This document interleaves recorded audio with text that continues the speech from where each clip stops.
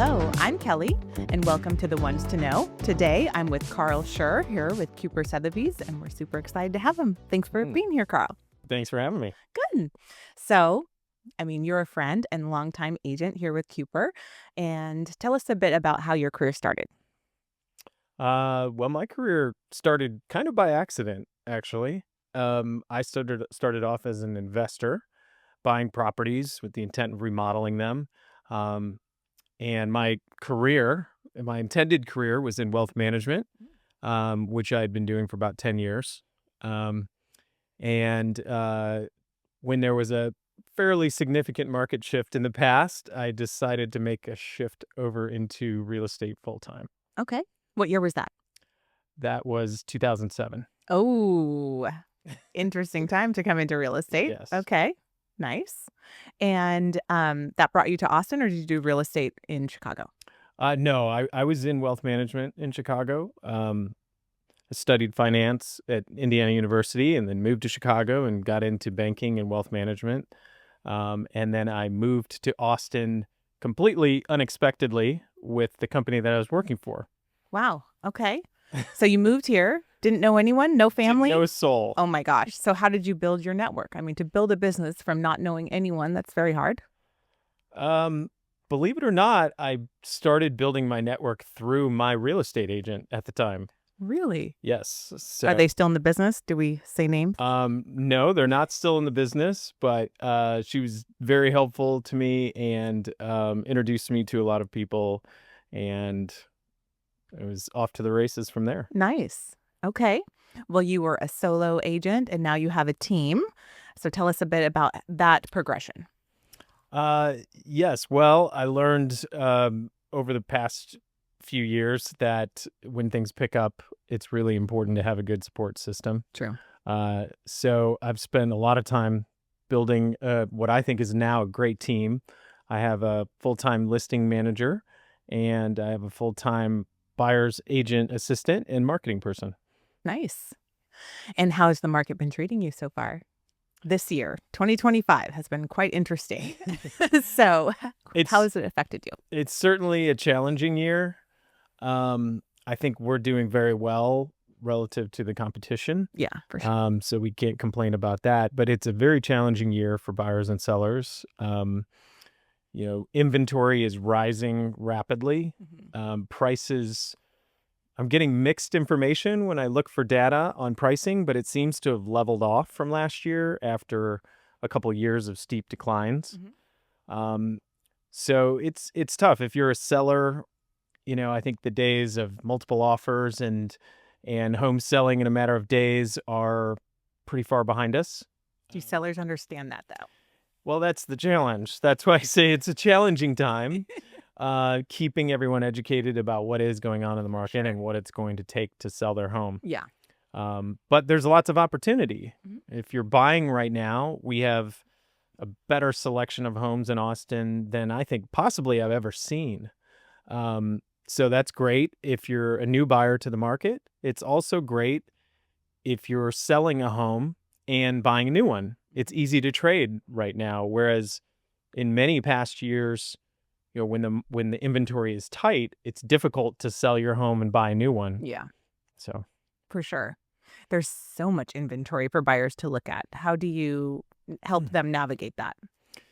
Well, I feel like at this point in my career, I've seen almost every home in Austin. So, we spend a lot of time getting to know our clients and listening to their needs and wants. And then we try and curate a list of homes that really fit their needs and will help them live their best life. Okay. So I'd love to know more about your thoughts on buyers buying in this market, because it seems like they're hesitant. So tell me about what you think buyers should be doing. They are hesitant. And it's funny, I think back to my career in wealth management, and most people move when everybody else moves, which is usually the wrong time. True. So I've always had this kind of contrarian approach to things. So if, for example, when you the best time to buy in the stock market is usually when everybody else is selling and prices are down and the headlines are saying, oh my God, this is the biggest decline in history. Like, the world's ending. That's the best time to buy. Yeah. It's very much the same with real estate. And so some people say then, well, yeah, but I have to sell my house. True. And it's the same with the stock market. If you're holding a stock and the market drops, the worst thing you could do is sell that stock and move your money into cash. You want to sell that stock and buy another stock that's also depressed. So you want to be in the stock that you feel has the most promise for the future, and then you're going to ride that up when the market recovers. It's the same thing with real estate, except you're going to live in it. Yeah. So you might sell your house at a price that you're frustrated with because you could have got a lot more in 2021. But they'll do well on the buy. Well, but you're buying low. That same house you're buying was a lot more expensive in 2021. Yeah. So you can move into the house you want to be in and live your best life. And then when the market recovers, your home appreciates. Yep. Why are they so fearful of that? Well, because people, you've heard the term herd mentality. People tend to follow everyone else. So it's the people that don't follow the herd that tend to have the best results. Yeah. I agree. Seems like we can't get that message across, though, enough right now. I talk about it every day. Good. Keep it up. And I'd say a very small minority of people actually listen to it, hear it, and accept it and act on it. And it's always one with the investor mindset. It is. It's the investor mindset. I mean, interest rates are a hurdle to that. That's a big challenge. So I don't disagree with anyone on that. But there will be opportunities to refinance down the road. So I think the most savvy clients I have, they're either paying cash, they're selling their current property at whatever the market will give them. They're buying the next property that they want. They're either paying cash or they're financing it with the intention of refinancing when rates are more attractive. So, yeah, I know. It makes perfect sense, but we don't see it. We don't see it often, but I've been doing this long enough to see those are the people that just keep improving their lifestyle and their portfolio at the same time. And it's really impressive. And sellers just get so nervous. They can't get over the price about what it would have been before or what the neighbors down the street sold for. They can't get past that and to just sell for what the market is now. The home they're buying was also worth a lot more in 2021. Yeah. So they might not have been able to buy that home then. So yeah, you have to look at what you're moving into as well as what you're selling. Yeah, true. So, but my goal is to help people live their best life. That's really it. And if I can use my wealth management background to help them make a great investment at the same time, then it's a win-win. I think your clients are lucky to have you. Thank you. Do you have a favorite neighborhood? Oh, gosh. I can't say I have a favorite. I mean, in the urban neighborhoods, I really like Travis Heights and Bolden Creek. But I also love Clarksville. When you get outside of the urban neighborhoods, I'm a big fan of Rollingwood, Tarrytown, Barden Creek, Seven Oaks. Those are some of my personal favorites. Yeah. Nice. In the Bolden, Travis Heights, I know you live in Travis Heights. What type of growth, what type of, potential do you think is going to happen in those neighborhoods? Well, it's interesting. I've talked with quite a few people looking to buy or sell in the area right now. And for most of the last 15 years, I have a list of people wanting to buy a home in Travis Heights or Bolden Creek. And we're waiting for homes to hit the market for me to show them. Right now, I have a long list of great homes. So it's the perfect time to be shopping for a home in those areas because I don't think this abundance of inventory is going to last forever. It might last the rest of this year and maybe even into early next year, but I don't expect it to last forever. It's an anomaly relative to the type of inventory we typically have in those areas. Yeah, it's so true. And I feel like buyers are hesitant for whatever, reasons, whether it's, their jobs or just uncertainty in the market. But it really, really is a good time to buy right now. Just because of the limited inventory. What type of changes do you think would need to happen for the market to not really bounce back, because I don't know that we'll ever see the 2020 pricing or, craze in the market that we did, but, to just get to that swifter, more balanced market feeling. What do you think Sure. would need to happen for that? I think the biggest factor is interest rates. Right Really? now, 30-year fixed rate mortgages are hovering in the high 6s to 7%. Um, the few times we've dipped down to the low 6s, we've seen a surge in buying activity. Mhm. If we get below 6, I think we'll really see a lot of activity, especially in the prices from the million to 3.5 million range, where a lot of home buyers are taking out jumbo loans. Mhm.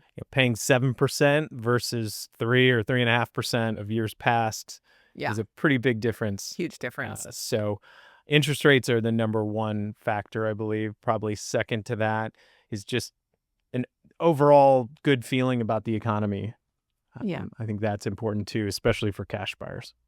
Okay, let's talk about the big T word, tariffs. What do you think that will do to our market? I think in the long run, it's going to do great things for our economy and therefore for the market. The big question is, how long is it going to take? Mhm. Is it going to take 60 days? Is it going to take 3 months, 6 months, a year? That, Mhm. I think, is the million-dollar question. Yeah. But I think in the long run, it's the things that it's going to greatly benefit our economy. And whenever our economy does well, the real estate market tends to do well. True. Yeah, I was just listening to something this morning about how existing car sales, are just really up, and so I'm wondering if that will trickle down to our real estate market, existing homes versus new construction that's going to be built, or how much that will be pushed off by builders. Um, I don't I don't really think, I mean, with cars, I think people are trying to buy cars before the prices of materials from overseas go up and car prices go up. I'm not sure. I don't see that same impact on the real estate market because we have so much inventory already. Mm. We have, the inventory that's out there now is not going to be affected by the tariffs, Hmm. not Okay. directly at least. But it might help absorb inventory faster because new homes are not being built. Potentially, yeah. I mean, that's a good point. Um, we had a big building boom in 2021 and 2022. Yeah. And a lot of those homes, when I say building boom in 21 and 22, that means they started then. Hmm. They were finished in 2023 when demand dropped off For sure. significantly. So, yeah, so we're working through a lot of that inventory now. Mhm. But builders pulled back significantly in 2023 and 2024. Yeah. So there hasn't been as much new home inventory hitting the market, Hmm. and that'll probably continue through this year, would Yeah. be my guess. Yeah. There's still much less new home construction happening than there was back in 2021 and 2022. Yeah. Yeah. What's interesting about this market, though, is it seems that the locals don't like older homes, everything new. And so, kind of the tear down infill has been a strong thing, and new construction. So, it will be interesting to see if that changes, because I've noticed that if the property is not in pristine condition, ready to move in, then the buyers are not making offers. But you're on the streets. What are you seeing? You're exactly right. I mean, the homes that look pristine and are move-in ready and are priced right, they're selling. Yeah. And sometimes in as little as 30 days. Um, Homes that need work, there's much less demand for. Hmm. So you're absolutely right. And that's been the case for quite some time. And do you think that's just lack of extra cash, or buyers not wanting to take the time? Like, what is impacting that? Um, I think it's a combination of both. Most of the clients I work with, I feel like they have very busy lives. They're business owners, they've got families.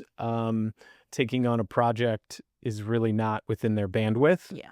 Um, we have a small percentage, maybe 10 to 20% of our clients that are looking for that. Mhm. And there's lots of great opportunities, but the bulk, 75 to 80% of the people we work with, you know, real estate is not what they want to get into They just want a home that's going to improve their lives. Yeah. So, yeah. Okay. And I mean, your financial background, so like investing, what type of property, if a buyer is looking to maybe not move their own personal home, but to pick up other properties as an investment, what would you recommend? Um, I think my favorite investment in residential real estate is a little unique. I like buying older homes in the best school districts Mm. and buying them and using them as rental properties, especially ones that sit on lots Mhm. that could be good for future development. Yeah. Um, for a long time, I've noticed there's a shortage of homes for rent in the most Mm.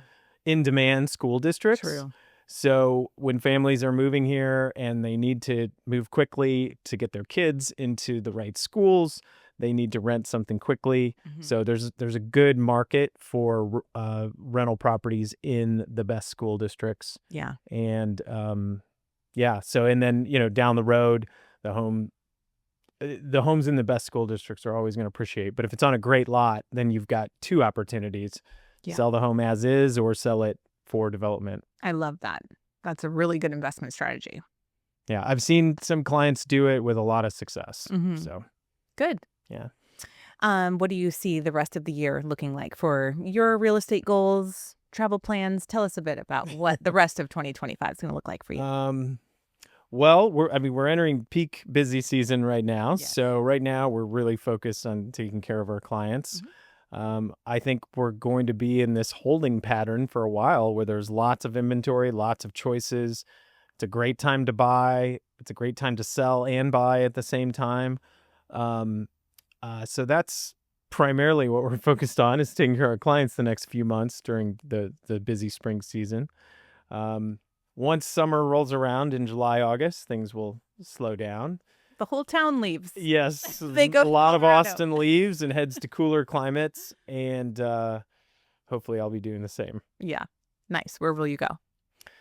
I'm not sure this year. Last year, I spent time in Southern California, and it was beautiful. It was a nice break, and I worked from there, but enjoyed the beach and the cool weather, and it was amazing. Um, this year, I'm starting to feel the need to go to Europe. I haven't Ooh. been in a long time. Yeah. So Italy and Spain are near the top of my list. Fun. Um, but I don't know. We'll see. Yeah. I love that. Well, now that you have such a good team in place, that allows you to travel and then still work with clients. Time zone might be a little challenging, but to have that support is huge. You're exactly right. I mean, my team can handle everything on the ground when I'm gone, and I can handle everything else over the phone and on my laptop. So Yeah. we will keep business rolling right through the summer. Okay.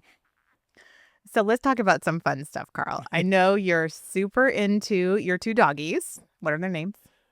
Dude and Rocky. Yes. And they definitely live their best life I because what do try. they eat for dinner?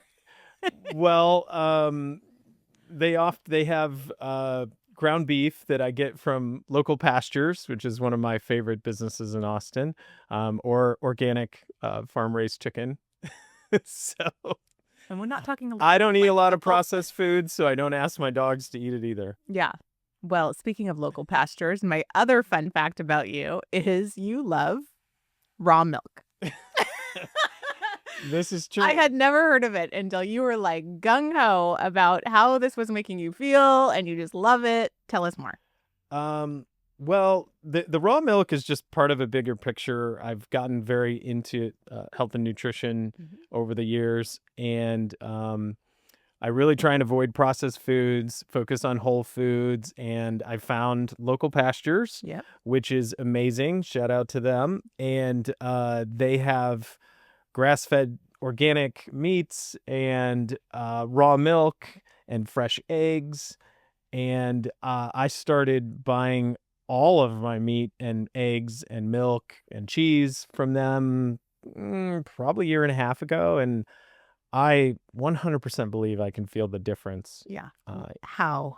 What kind of difference? I'm stronger. I have, I think, just more energy. Okay. Um, Yeah, so I mean, I exercise a lot, and I can tell the difference. I feel like it's the secret thing. People are so into this raw milk movement, and when he told me about it a year and a half ago, I was like, "You're gonna get salmonella, you're gonna get I sick," and he's like, "I feel I drink amazing." it every day. I feel like it's a tiny bit of a fountain of youth.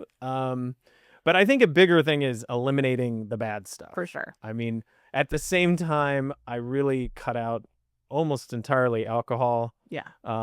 sugar, Mhm. processed foods. Cutting those out has a huge impact on your health. Okay. And so yeah, So I maybe don't need to drink the milk. I you can don't just have get to rid of drink the the sugar. milk. I think, yeah, if you got rid of some of the other things that we all like to eat, I think you'll see some of the same results. Great.